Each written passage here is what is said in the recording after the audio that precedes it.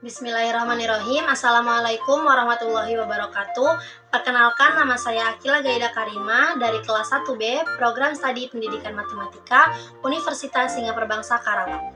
Pada kesempatan kali ini saya akan membahas materi mengenai himpunan guna memenuhi tugas mata kuliah Logika Matematika dan Himpunan. Baik, kita masuk pembahasan yang pertama mengenai definisi himpunan. Sebenarnya apa sih himpunan itu? Himpunan adalah kumpulan objek-objek yang berbeda yang terdefinisi dengan jelas. Untuk urutan objek pada suatu himpunan itu tidak memiliki makna ya teman-teman.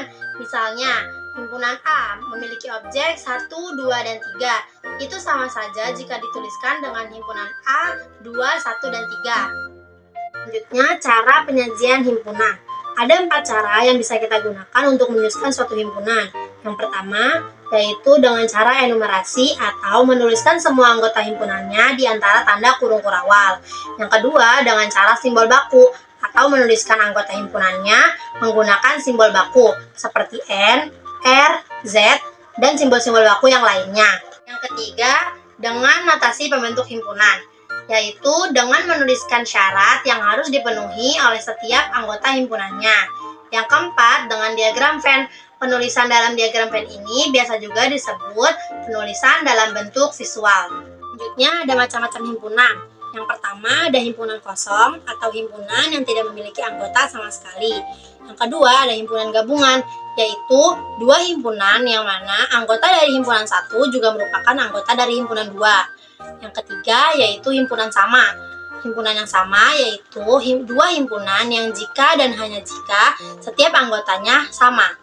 Yang keempat, ada himpunan ekuivalen, yaitu dua himpunan yang jika dan hanya jika kardinal dari kedua himpunan tersebut sama. Yang kelima, ada himpunan saling lepas, yaitu dua himpunan yang keduanya tidak memiliki anggota yang sama. Nah, yang keenam, ada himpunan kuasa. Himpunan kuasa adalah himpunan yang elemennya merupakan semua himpunan bagian, termasuk himpunan kosong dan himpunan itu sendiri. Selanjutnya, operasi terhadap himpunan. Yang pertama, irisan. Yang kedua, gabungan.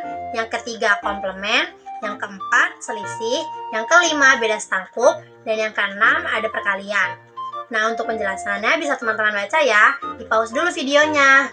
Nah, setelah teman-teman baca penjelasannya, sekarang kita lihat dalam bentuk diagram Venn-nya yuk. Di sebelah kiri ini ada contoh dari irisan. Bisa teman-teman lihat ya. Jadi bagian yang diarsir inilah yang dimaksud dari irisan himpunan A dan himpunan B. Kalau untuk sebelah kanan ini ada gabungan. Nah, yang diarsir ini yang merupakan gabungan dari himpunan A dan himpunan B. Kita lanjut nih. Di sebelah kiri ini udah ada yang komplement. Jadi sama kayak tadi ya teman-teman, bagian yang diarsir itu merupakan komplement dari himpunan A. Sama juga nih buat yang di sebelah kanan. Nah, kalau misalkan kita lihat nih yang diarsirnya, itu merupakan selisih dari himpunan A dan B. Selanjutnya ada beda setangkup. Bisa dilihat ya. Jadi bagian yang berwarna abu-abu itulah yang merupakan beda setangkup dari himpunan A dan himpunan B. Kalau untuk perkalian bisa teman-teman lihat ya, aku udah kasih contohnya. Pembahasan selanjutnya tentang hukum-hukum aljabar himpunan. Ada apa aja sih? Ada hukum komutatif, hukum distributif, hukum asosiatif, hukum identitas, hukum ikatan, hukum negasi ganda, hukum idempoten, hukum De Morgan, hukum penyerapan, serta hukum negasi semesta dan himpunan kosong. Pembahasan selanjutnya yaitu tentang metode pembuktian himpunan. Kita bisa gunakan cara ini untuk membuktikan suatu himpunan ya teman-teman. Bisa dilihat di sebelah kiri ini menggunakan diagram Venn. Nah, kalau di sebelah kanan ini menggunakan tabel keanggotaan. Atau bisa juga menggunakan hukum-hukum aljabar himpunan teman-teman. Seperti di sebelah kiri ini ya, bisa dilihat. Bisa juga menggunakan definisi. Tetapi metode ini hanya digunakan untuk proposisi yang berbentuk implikasi, tidak untuk proposisi yang berbentuk kesamaan. Pembahasan selanjutnya tentang teorema beda setangkup.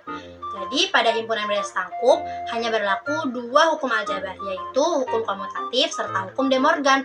Hukum-hukum yang lainnya tidak berlaku pada himpunan beda setangkup. Yeay, materinya udah selesai.